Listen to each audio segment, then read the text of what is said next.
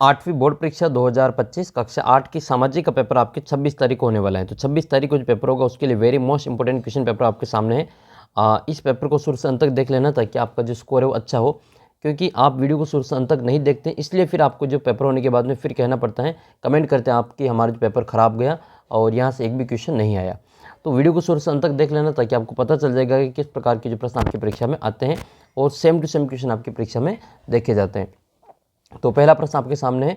अगर आपने जो अपना विज्ञान का पेपर, अगर आपके कुछ प्रश्नों अगर आपके गलत भी हो गए हो तो आपको अब टेंशन नहीं लेनी, क्योंकि अब आपके हाथ में वो नहीं है।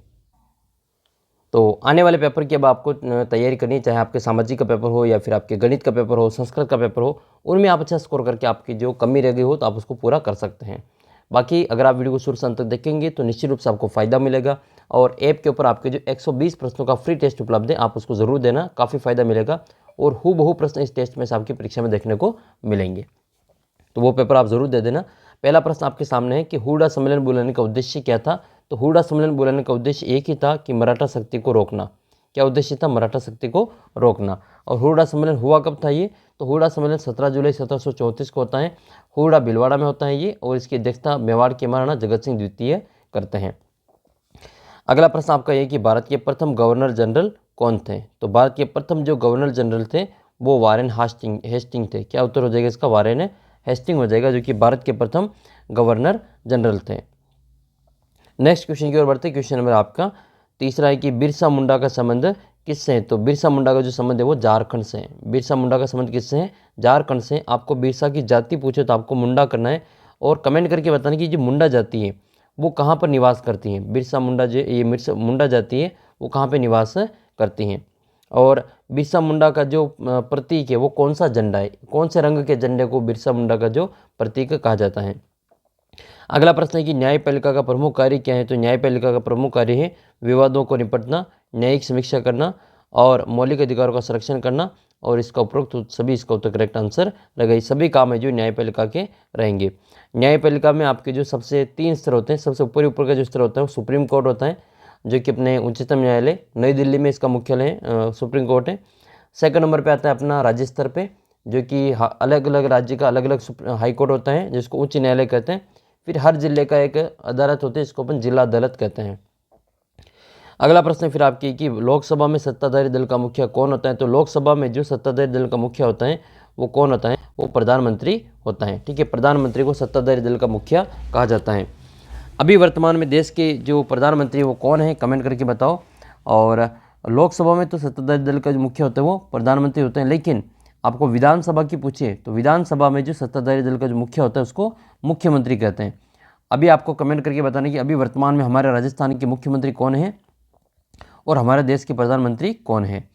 अगला प्रश्न है फिर आपके कि नवीकरणीय संसाधन का उदाहरण बताना है कि कौन सा जो संसाधन ऐसा है जिसको एक बार से अधिक बार जो उपयोग में लिया जा सकता है, यानी कि वो कभी समाप्त नहीं होते हैं, उनको नया नया वापस है जो परिवर्तन किया जा सकता है। तो इसका उत्तर हो जाएगा आपके सौर ऊर्जा भी नवीकरणीय संसाधन है, ज्वारीय ऊर्जा है और पवन ऊर्जा है।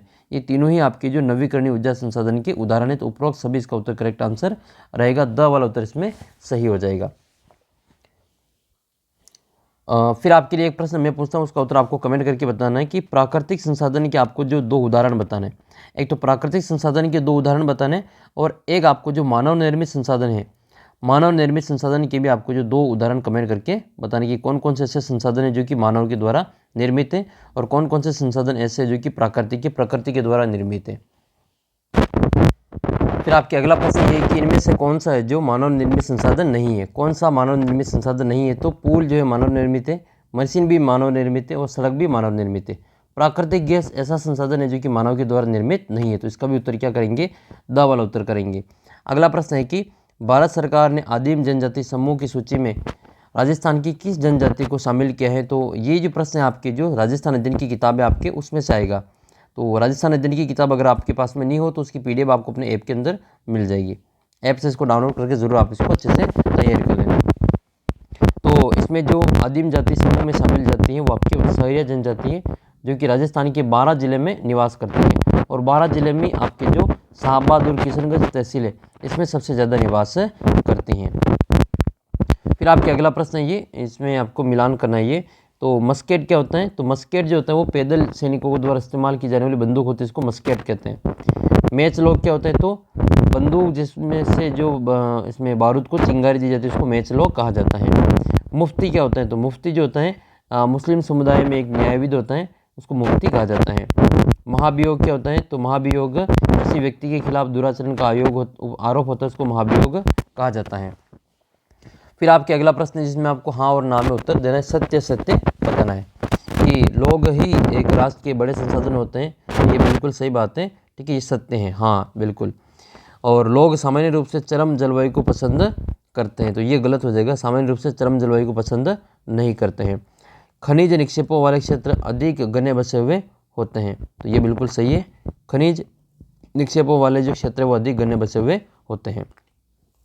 औद्योगिक क्षेत्र रोजगार के अवसर प्रदान नहीं करते, ये आपके गलत हो जाएगा, औद्योगिक क्षेत्र तो रोजगार प्रदान करते हैं, तो ये आपके गलत रहेगा। फिर आपके अगला प्रश्न है ये क्वेश्चन नंबर 11 कि न्यूनतम वेतन कानून से क्या अभिप्राय है? न्यूनतम वेतन कानून से अभिप्राय आपको बताना है। तो न्यूनतम वेतन कानून के अनुसार जो किसी भी व्यक्ति किसी का भी वेतन एक निर्धारित न्यूनतम राशि से कम नहीं होना चाहिए, उसको न्यूनतम वेतन कानून कहा जाता है। अगला प्रश्न आपका ये है कि महिला सशक्तिकरण की आवश्यकता के कोई 2 कारण लिखिए। तो संपत्ति पर जो महिलाओं के अधिकारों का बहुत सीमित होना और शिक्षा तक है जो महिलाओं का पहुंच का अभाव होना, ये महिला सशक्तिकरण के 2 कारण हैं। 1857 की क्रांति में मेरठ छावनी के सिपाहियों को नए कारतूस पर क्यों एतराज़ हुआ था? तो 1857 की क्रांति में मेरठ के सिपाहियों को नए कारतूस पर एतराज़ इसलिए हुआ था क्योंकि उन पर जो गाय और सूअर की चर्बी का लेप किया जाता था, जो कि उनकी धार्मिक भावनाओं को ठेस पहुंचाने वाला था। इसलिए जो 1857 की क्रांति भी हुई थी उसका तात्कालिक कारण भी यही था। आपको पूछे कि 1857 की क्रांति का तात्कालिक कारण क्या था, तो आपको इसमें बताना कि इसमें जो गाय और सूअर का जो चर्बी युक्त कारतूस है वो उस समय का जो तात्कालिक कारण था। एक आपके अगला प्रश्न है कि भीलवाड़ा को राजस्थान का मैनचेस्टर कहा जाता है, क्यों कहा जाता है? तो राजस्थान की वस्त्र नगरी कहते हैं भीलवाड़ा को, राजस्थान का मैनचेस्टर कहते हैं भीलवाड़ा को। तो याद रखना इसलिए कहा जाता है इसको क्योंकि यहाँ पर जो प्रमुख वस्त्र उत्पादक क्षेत्र हैं, इसलिए भीलवाड़ा को राजस्थान का मैनचेस्टर कहा जाता है। आपको कमेंट करके बताना है कि सूर्य नगरी किसको कहते हैं, गुलाबी नगरी किसको कहते हैं और जिलों की नगरी किसको कहा जाता है। फिर आपके अगला प्रश्न है कि ईस्ट इंडिया कंपनी ने भारतीय किसानों पर नील की खेती हेतु दबाव क्यों डालती थी, कारण बताना है। तो 18वीं शताब्दी में जो क्या हुआ कि उसके अंत में भारतीय नील की मांग इसमें बहुत ज़्यादा हो गई थी, तो कंपनी के वाणिज्यिक एजेंट और अधिकारी थे, इन्होंने नील के उत्पादन में निवेश कर दिया था, लेकिन नील की खेती भारतीय किसानों के लिए लाभप्रद नहीं थी, ठीक है। तो इसलिए आपने वो गीत भी सुना होगा कि भीख मांग लूँगा लेकिन नील नहीं उगाऊंगा, आपकी किताब में दे रखा है। इसलिए 1859 में बंगाल के हजारों रैयतों ने नील की खेती से इनकार कर दिया। इसके परिणाम स्वरूप ईस्ट इंडिया कंपनी ने भारतीय किसानों को नील की खेती के लिए दबाव डाला था। फिर आपके अगला प्रश्न है कि निर्वाह कृषि के प्रकारों का वर्णन करना। तो निर्वाह कृषि मोटे रूप से 2 प्रकार की होती है, एक तो गहन निर्वाह कृषि होती है और एक आपके आदिम निर्वाह कृषि होती है। तो गहन निर्वाह में क्या होता है? तो गहन निर्वाह कृषि में एक छोटे से भूखंड पर साधारण औजार और अधिक श्रम के साथ एक वर्ष में एक से अधिक फसलें पैदा की जाती है, उसको गहन निर्वाह कृषि कहते हैं। दूसरा है आपके आदिम निर्वाह कृषि। तो आदिम निर्वाह कृषि को अपन स्थानांतरित कृषि भी कहते हैं, जिसमें जो चलवासी पशु और इसमें आपके स्थानांतरण कृषि शामिल होती हैं। अगला प्रश्न है कि उद्योग शब्द का अर्थ बताते हुए कच्चे माल पर आधारित उद्योगों का वर्गीकरण कीजिए। तो उद्योग शब्द का अर्थ होता है उन समस्त आर्थिक गतिविधियों से है जो कि वस्तुओं के उत्पादन, खनिजों के निष्कर्षण और सेवाओं की व्यवस्थाओं से संबंधित होता है। कच्चे माल पर आधारित उद्योग 4 भाग में बांटे गए हैं। एक तो कृषि आधारित उद्योग। कृषि आधारित उद्योग में ये उद्योग कच्चे माल के रूप में वनस्पति और जंतु आधारित उत्पादों का उपयोग करते हैं, जैसे डेयरी उद्योग हैं, सूती वस्त्र उद्योग हैं, ये आपके कृषि आधारित उद्योग हैं।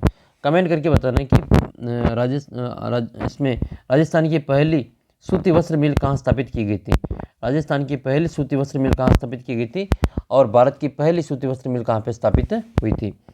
खनिज आधारित उद्योग, ये उद्योग खनिज आधारित अयस्कों का उपयोग करके कच्चे माल के रूप में करते हैं और इसमें लौह इस्पात उद्योग इसका प्रमुख उदाहरण है। आप सभी को पता होगा कि लौह इस्पात उद्योग को सभी उद्योगों का मेरुदंड कहा जाता है। इसको क्या कहा जाता है? मेरुदंड कहा जाता है। तो सभी उद्योगों का मेरुदंड क्यों कहा जाता है? क्योंकि सभी उद्योग जो होते हैं वो लौह इस्पात के ऊपर डिपेंड रहते हैं। चाहे कोई से भी मशीनरी बनानी हो, सारे जो लोहे से ही बनती हैं, इस्पात से ही बनती हैं। इसलिए सभी उद्योगों का मेरुदंड किसको कहा गया है, तो लौह इस्पात उद्योग को कहा गया है। समुद्र आधारित उद्योग, ये उद्योग समुद्र से प्राप्त उत्पादों का उपयोग कच्चे माल के रूप में करते हैं, जैसे मत्स्य तेल उद्योग। वन आधारित उद्योग, ये उद्योग वनों से प्राप्त जो उत्पाद होते हैं उनका उपयोग करके कच्चे माल के रूप में उद्योग चलाते हैं, जैसे लुगदी उद्योग, कागज़ उद्योग, ये जो वन आधारित उद्योग होते हैं। आपको कमेंट करके बताना है कि भारत में जो संविधान दिवस कब मनाया जाता है। एक तो ये कमेंट करके बताना हमारा संविधान कब लागू हुआ था, और एक भारत के किस अनुच्छेद में, संविधान के किस अनुच्छेद में जो छुआछूत का जो उन्मूलन करती है, यानी कि जो अस्पृश्यता उन्मूलन का किस अनुच्छेद में किया गया है। तो अस्पृश्यता उन्मूलन या छुआछूत उन्मूलन किस अनुच्छेद के तहत किया गया है। अगला प्रश्न है कि कल्पना कीजिए कि आप जो 1850 के दशक में एक गरीब परिवार में पैदा हुए, उस समय द्वारा संचालित पाठशालाओं की कोई आपको 2 राय देनी है। पहला तो ये कि उस समय जो सरकार के द्वारा संचालित पाठशाला को सरकारी अनुदान मिलने लगा था, ठीक है, और इन पाठशालाओं में अनुशासन की मांग थी कि बच्चे नियमित रूप से स्कूल आएँ, लेकिन गरीब बच्चों के घरों के जो बच्चे हैं वो कटाई के मौसम में खेतों में काम करने जाने के कारण स्कूल नहीं आ पाते थे। इसे अनुशासनहीनता माना जाता था, क्योंकि उनकी पढ़ाई का असर इसका जो पढ़ाई का असर पड़ता है। अगला प्रश्न है कि प्राथमिक शालाओं में प्रवेश लेने के बाद आगामी कक्षाओं में अध्ययन में आधे बच्चे विद्यालय छोड़ देते हैं, इसका क्या कारण है ना। आपने भी देखा होगा कि आपके साथ के कई बच्चे जो स्कूल छोड़ चुके हैं, इसका क्या कारण है। तो पहला कारण तो है गरीबी, गरीब परिवारों के बच्चे जो आर्थिक अक्षमता के कारण पढ़ाई जारी नहीं कर पाते हैं। और दूसरा कारण है कि सुदूर ग्रामीण क्षेत्रों में स्कूलों का अभाव, ग्रामीण क्षेत्रों में जो स्कूल हैं जो वो घर से काफ़ी दूर होते हैं, तो इस कारण भी जो उनके पढ़ाई वो बच्चे आगे पढ़ाई नहीं कर पाते हैं।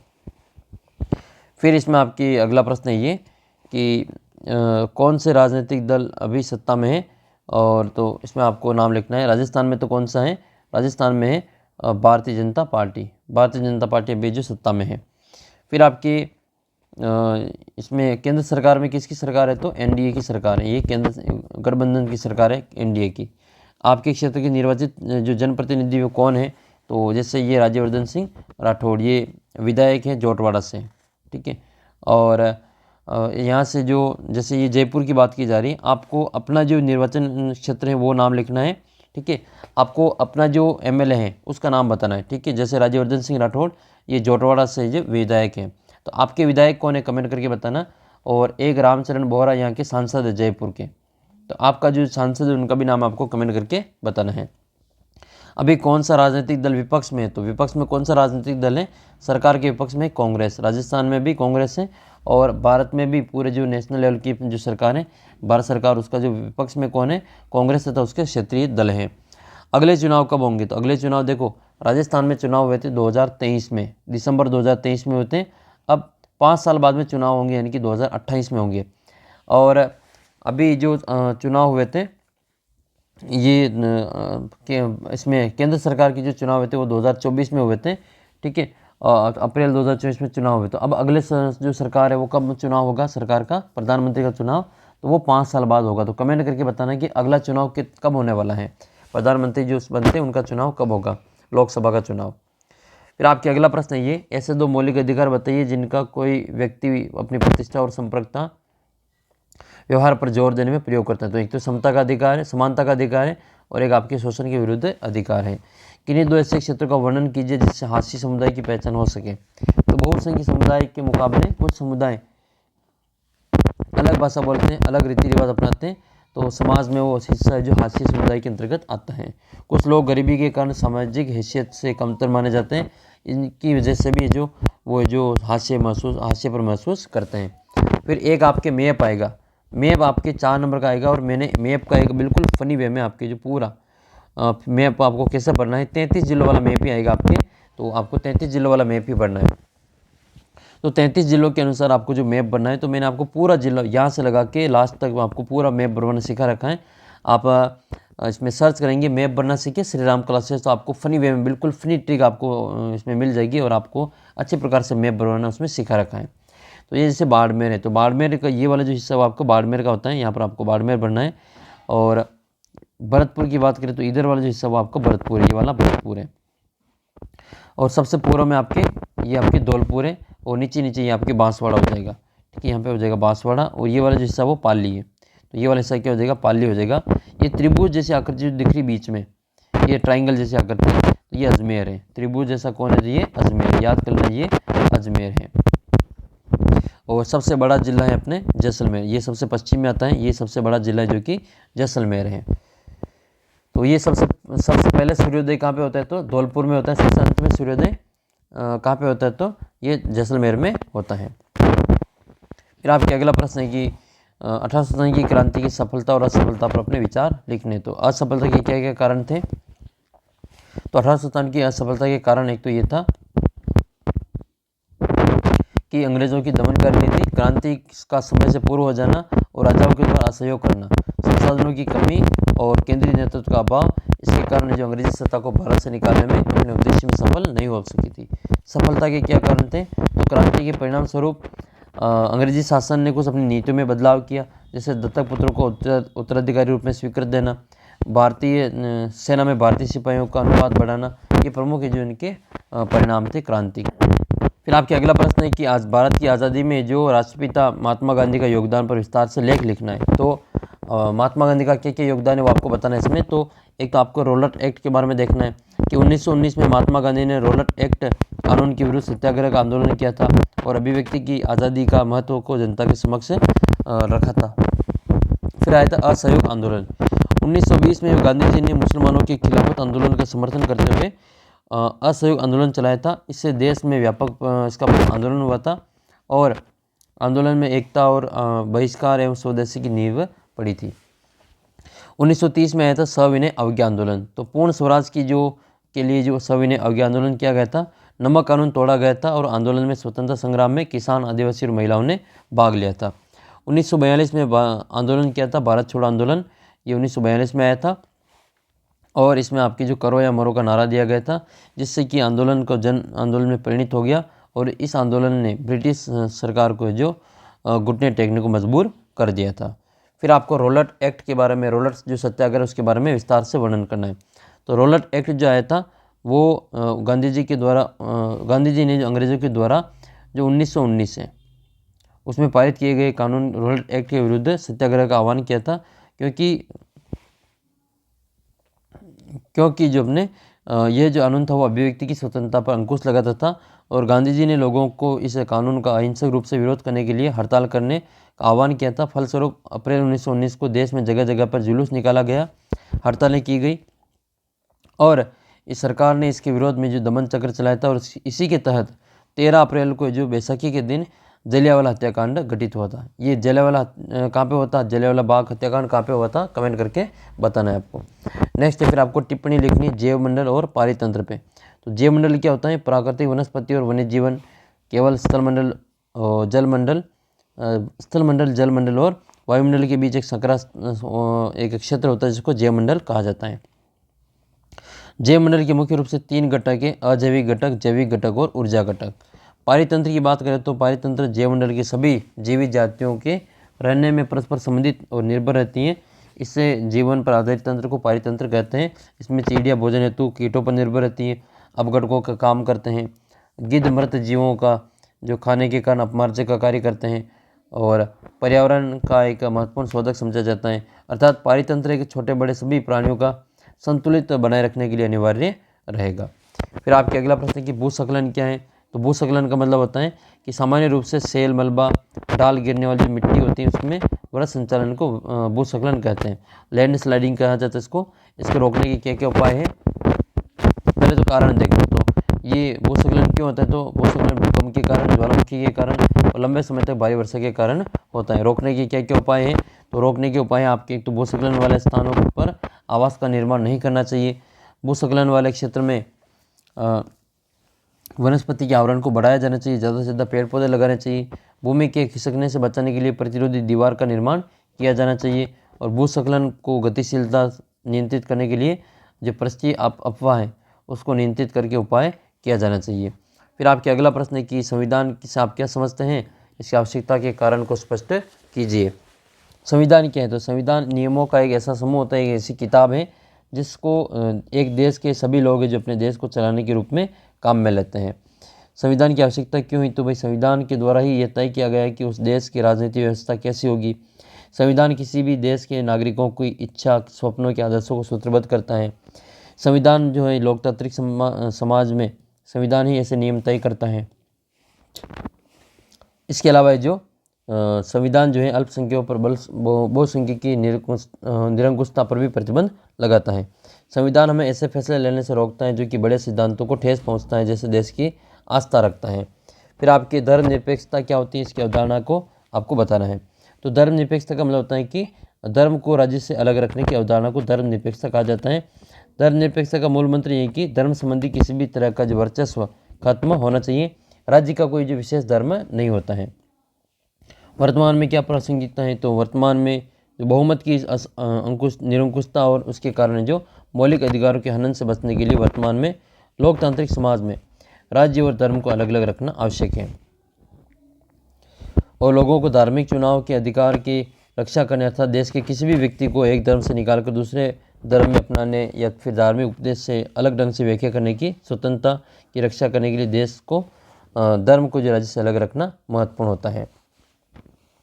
तो आपके अगला प्रश्न है ये कि राजस्थान की महत्वपूर्ण भौगोलिक और प्राकृतिक पर्यटक स्थल का आपको वर्णन करना है।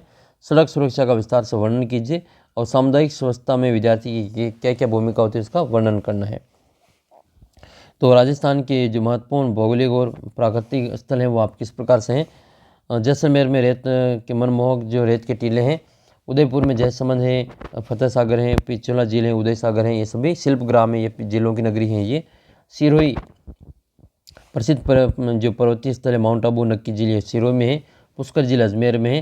राजसमंद में आपका जो राजसमंद झील है कुंभलगढ़ का किला है। इसके अलावा जो चित्तौड़गढ़ में आपके चूलिया जलप्रपात और मैनाल जलप्रपात है। सवाई माधोपुर में रणथंभौर राष्ट्रीय उद्यान है। अलवर में सरिस्का उद्यान है। इसके अलावा जैसलमेर में आपके राष्ट्रीय मरु उद्यान है। भरतपुर का केवलादेव राष्ट्रीय उद्यान है। चंबल का जो राष्ट्रीय अभ्यारण्य वो प्रसिद्ध है। सड़क सुरक्षा के प्रमुख नियम कौन से हैं, तो दौड़कर जल्दबाजी में सड़क पार न करें। सड़क पर चलते समय हमेशा बाईं ओर चलना चाहिए। खड़ी गाड़ी के सामने या बीच में से सड़क पार नहीं करनी चाहिए। सड़क पार करते समय जेब्रा क्रॉसिंग का उपयोग करना चाहिए। सड़क पार करते समय अंधा मोड़ या ऐसा मोड़ जहाँ पर आने वाले वाहन आपको न दिखे तो ऐसे मोड़ पर सड़क पार नहीं करें। रेलिंग से कूदकर सड़क पार नहीं करनी चाहिए। चौराहे पर सड़क पार करते समय लाल बत्ती का पूरा जो ध्यान रखना चाहिए, लाल बत्ती हरी बत्ती का ध्यान रखना चाहिए। फिर आपकी जो सामुदायिक स्वच्छता में विद्यार्थी क्या भूमिका निभा सकते हैं, तो स्वच्छता हेतु लोगों को जागरूक कर सकते हैं विद्यार्थी। गंदगी से फैलने वाली बीमारियों के बारे में बता सकते हैं और स्वच्छता संबंधी सरकार द्वारा चलाई जा रही योजनाओं के बारे में बता सकते हैं। अपने आसपास के परिवेश में स्वच्छता अभियान के द्वारा लोगों को स्वच्छता हेतु प्रोत्साहित किया जा सकता है। तो ये आपके 26 तारीख का जो पेपर होगा उसके लिए एक इंपॉर्टेंट क्वेश्चन पेपर था। इसको अच्छे से देखा इन सभी विद्यार्थियों का धन्यवाद। यहाँ तक वीडियो किस विद्यार्थी ने देखा, अपना नाम अपने ज़िले का नाम कमेंट करके मुझे ज़रूर बताना ताकि मेरे को पता चलेगा कि लास्ट तक वीडियो किस विद्यार्थी ने देखा है।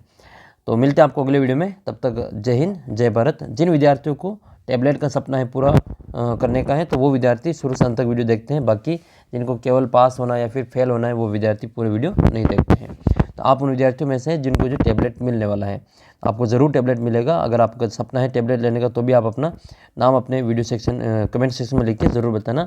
और चैनल को सब्सक्राइब करके ऐप के ऊपर इसकी PDF वगैरह है तो आप वहाँ से इसको अच्छे से पढ़ सकते हैं। और ऐप के ऊपर आपको जो टेस्ट दे रखी मैंने 120 प्रश्नों का उसको आप ज़रूर देना है ताकि आपको कोई प्रश्न गलत ना हो। मिलते हैं आपको अगले वीडियो में, तब तक जय हिंद जय भारत।